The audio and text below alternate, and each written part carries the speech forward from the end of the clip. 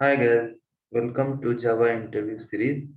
Today I'm going to share my experience of clearing the interview with you all. So let's start.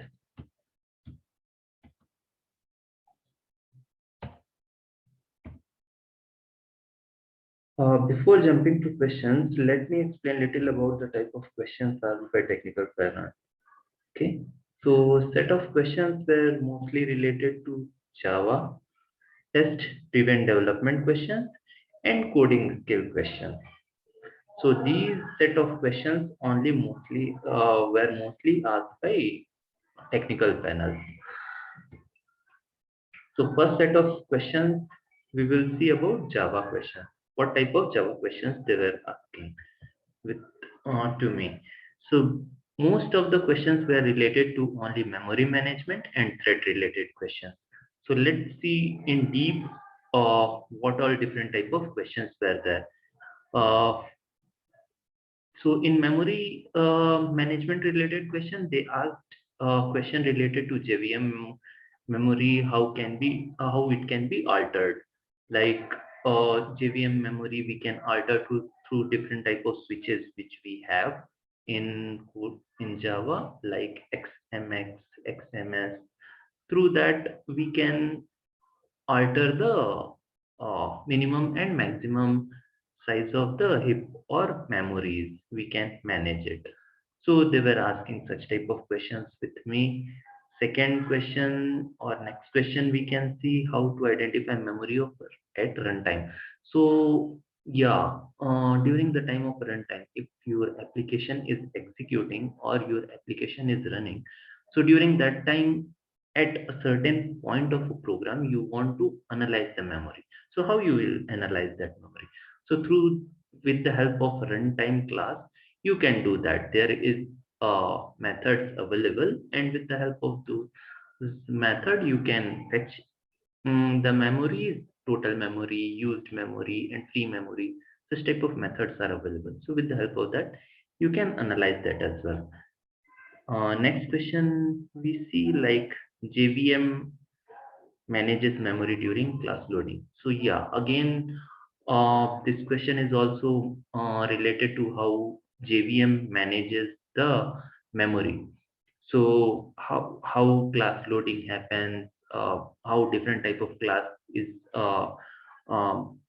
extended or called, you can say like application class loader, extension class loader, and bootstrap class loader, how this hierarchy goes, and then when class get loads, where the method area, in method area, what all different things JVM allow puts in stack area, what all things they put. So all these things related to JVM. JVM has five different types of memory: method area, stack area, heap area, PC register area, and native stack area.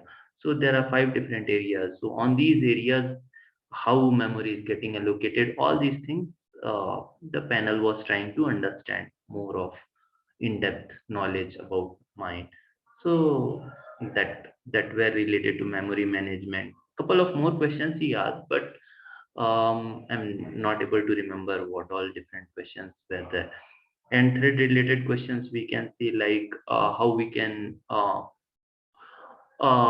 ex- understand the thread count. So suppose I have a requirement of creating a thread pool and I want to create certain threads. So how we can create a thread count? So thread count is dependent on the two different factors, like whether your application is an IO bound application or CPU bound application. So on the basis of that, we can determine the thread count of an application. So that you should have basic idea. So on the basis of that, we can create a thread count. Questions related to thread versus process, memory allocation, what is difference between these two? Like thread, they share the memory, processes, they do not share the memory. So how they do not share and what kind of memory is there? So that type of questions we were asking. In Java 8, we have parallel streams.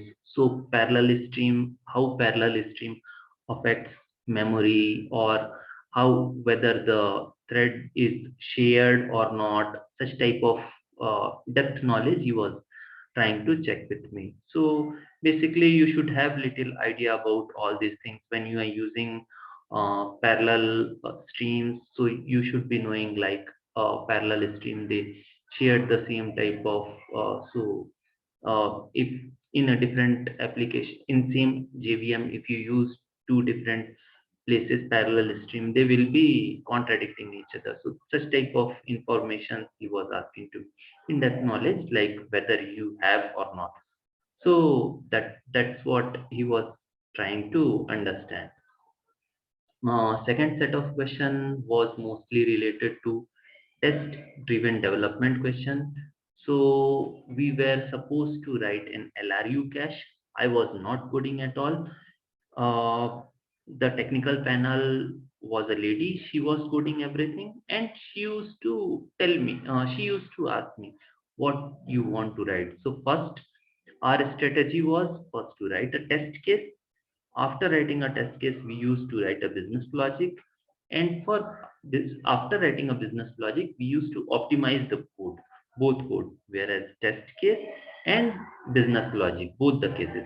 So this was the approach and modular approach, like first add method, first add a method, and then add method has to be means test case for add method has to be written, then business logic has to be written, then whole it should be optimized, then again remove method should be written, for test case for remove method, again test case for business logic for that method has to be written, and on the basis of these things optimization of the module has to be done. So this was the approach what she was following, and she was trying to understand whether I could able to optimize the code or not, or how much level of optimization we are doing, because she was focusing on each and every line of code, whether you are optimizing or not, and whether you are trying to eliminate or not. So there should not be any redundant code into the, or a duplicate or unwanted code into that. So try to optimize as much as you can. So that was the approach in the test driven development, and best business logic should be written into that. That's all. uh, Third set of questions were related to, I got question of connection pool. So write a connection pool, and that connection pool should uh, keep both the things maintained. Used and unused connection has to be maintained. So what we can do is, in that case, what I told is like I can keep a two array list, one array list. So it was not just a verbal approach.